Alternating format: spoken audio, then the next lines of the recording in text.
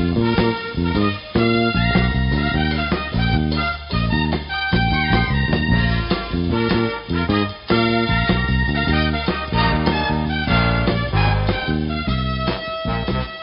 morning, Bucknutters. It is Tuesday, April 25th, 2017. I'm Dan Rubin.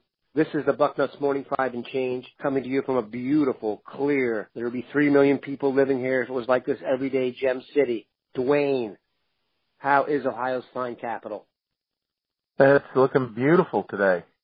We're off to a good start. We've got a few good days in a row here, and looking for more.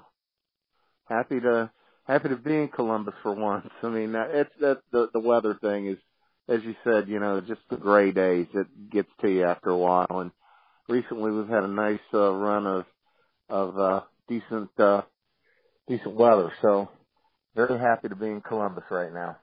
Speaking of lumping together good days in Columbus, that could be the recruiting outlook for the Buckeyes. It never ceases to amaze me what these guys are doing down there. I hope everybody, just as an aside, is enjoying this and not stressing about recruiting because you are on the good ship. I don't know what we're on, man. This is just an unbelievable run, and it figures to get better. I want to talk defensive line today. We all know that Ohio State's going to put out the best defensive line in college football this year. We've talked in hyperbole about how their second unit could probably be the second best in the Big Ten. But their recruiting has been just ridiculous, and the developments of the last week have certainly added to that. We're going to talk about Micah Parsons, the number one weak side defensive end in the country. Previously, a Penn State commit has decommitted after a visit to the fine capital city we just referred to. Tell us about what you think about Micah Parsons as a player, and then what it would mean to get him, take him away from Penn State, et cetera. Well, that's one thing at the top of the list, Dan. It's not just getting him, it's taking him away from Penn State. We're watching this team slowly recover from that incredibly ugly mess that they got themselves into. And, at the end of the season, they were playing as well as anybody, any Big Ten school for sure. And, to get an elite guy like that, they haven't been getting those kind of guys recently. So that right there in itself, that he's no longer going to Penn State, is in the best interest of Ohio State. But being able to add another elite, weak side pass rusher, right on top of Chase Young, that's just incredible. It's absolutely incredible if that could happen. And right now, I think that anyone who's paying attention would have to say that's what's going to happen. Now, I'm not going to put him up there in the category of Chase Young. I wouldn't have him number one. You've got a couple of elite guys that are longer, and that matters out on the edge. You want long people. He's about 6'3", maybe he's closer to 6'2". And I tell you, I honestly believe the kid should look at 3-4 teams. I think where he wants to be another hole out, another gap outside. So he's out on the edge of that tackle. He's not as long as he's going to see with tackles. And he who gets there first wins, and the longer guy is going to have an advantage. So lining up directly over top of a good tackle, that's not where you really want him. He should be out another slot, another gap, out on the edge of that, the shoulder of that tackle at best. But he's still, he's just an incredible athlete. You want the burst when the ball snaps, he's halfway in the backfield already. And guy's just an elite guy, and we definitely want to get him locked up here as soon as possible. Who does he remind you of? I would say more. I'm trying to remember the guy that just went in the draft. He had to go to Eastern Kentucky. Noah Spence. Noah Smith. Yeah, he's not as long as you really want in an end, especially in a 4-3 end.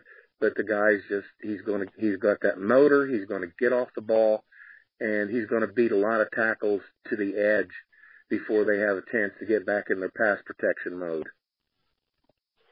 Kind of ironic, the Penn State hook there, if it is. Parsons, another Pennsylvania native. Compare him, in terms of how much you like him, to Brenton Cox, another guy that a lot of people think could be a Buckeye. He, the Georgia native, did go visit Georgia since he came to Ohio State. And from everything we were hearing from down there, and Bill Crow has reported on, and Rusty Manziel at the Georgia site, that visit did go real well. And it's kind of a toss-up now down the stretch here. And there's many who believe Cox is still going to commit on Thursday or Friday. What do you think of Brenton Cox? I have he and KJ Henry ahead of Parsons on my board just because they're longer guys. They're 6'5", 6'6" guys. And like I said, that really matters. That's why you see so many of those guys out on the edge. And Brenton Cox, I don't have him as a strong side end. 247's got him as a strong side end. I think he's a weak side guy.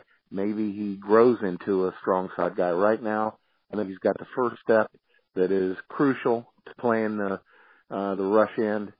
And I'd really, that would be a bookend pair, even if that's the point, forget about weak side and strong side. Just get both those guys on the field at the same time. Put him over on the strong side and let Parsons have the weak side. Elite guy. I mean, I really love what I've seen out of Cox. I was really surprised with, excuse me, that it looks like we got a shot at going in there and pulling him out of there. Be nice to get the coaches in there one more time before he makes his decision, but looks like that's not in the cards. But like I said, I have him as a weak side end too, and there's never too many of them, Dan. Guys that can rush the passer are the most valuable players on defense. You've got to have guys that get in the backfield and make the quarterback's life a living hell, and both these guys can do that. When Parsons decommitted from Penn State, there was a tweet sent out by Tyreke Smith, the defensive end from Cleveland Heights, and in the tweet he kind of tagged Taron Vincent, Micah Parsons, and Brenton Cox. That's kind of, it looked like a foursome kind of thing. Where do you put Tyreke Smith among the group, and then what would that mean to you if they could bring all four of those guys in this class? Well, you got somebody maybe having to slide down to one of the tackle slots there with that collection, and Tyreke Smith might be able to do that. He might end up doing that anyway, Dan. He's a strong side guy. He doesn't have to get off that first step that you want in a rush end. But here's the thing you got to look at with him: how little he's been playing football. He's just now starting to scratch the surface of what he can be. And think about the last time that we had a player like that. His name's Malik Hooker, and he's going in the top 10 of the draft. Just get a really athletic guy who is on the game, ready to learn, and open to coaching, and bring him in and teach him how to play the game. And that's what I see in Tyreke Smith. He's a long kid, and I love his motor. And you would think a kid that's used to playing basketball would not have that. And I can't believe he stopped playing football. He hasn't played since, what is it, 6th grade or something like that? I can't remember exactly how long it's been since he's played football. And you're thinking, how did the football coaches let this guy get away from him? But he would be, he's not in Cox category or Parsons, but he's an awfully good, he's definitely top 10 strong side defensive end in the country. And who knows, he might end up top 5 before it's all said and done. Yeah, I believe he's number 8 right now. And I was talking about this hypothetical. They could theoretically put on the field next year, if all these things go the way they want, Chase Young, Taron Vincent, Nick Bosa, and Micah Parsons, which would be the number 1 guy at their position across the board. I guess that would have to be a rush package. You slide Bosa inside, so that'd be incredible. Where do you put, defensive line recruiting right now. We were joking before the show that everyone started calling Ohio State DBU. Do we need to start calling it DEU? Or DLU? That's what it's turning into. That's what it's turning into. Yeah, especially specifically at end. You know, you have to look at what's going on. Look at this. This is crazy. Jalen Holmes was an elite recruit when he came out, and you got Sam Hubbard in there. Well, at most schools, that would be your starting pair, but not here. No. And look at John Cooper. Watch the spring game again. He had 2 sacks in the spring game. Yep. I was just going to say, when you said earlier about guys who can get off the edge, and I thought what you were saying there to me was the recipe or the reason you got to be patient with Jonathan Cooper, because when the light comes on and the physical matches the speed, he's going to be a werewolf. Yeah, and he had 2 sacks in the spring game, and he had a couple other impressive plays in the spring game, and he hasn't been a guy that anyone's talked about all spring. He's waiting in the wings. You got Rashad Berry, and then what's this coming? Chase Young. It's become a position. We just had Bosa go. We got the younger one here. And Jalen Holmes, I think, is really going to come on this year. I really see him being a guy that is going to be threatening to move somebody out of some reps in the starting lineup. It's what's going on right now, especially at end. And we're blossoming at tackle. So this is just the amount of talent that Urban Meyer is stacking right now is more impressive than John Cooper. When I first started following recruiting really closely was during John Cooper's time. And John Cooper, he wasn't a great game day coach. He just wasn't. But recruiting, the guy was a monster. He was getting guys from across the country, just like Urban Meyer is. John Cooper was outstanding, but right now the collection of talent is just, trying to find time for everybody to get on the field.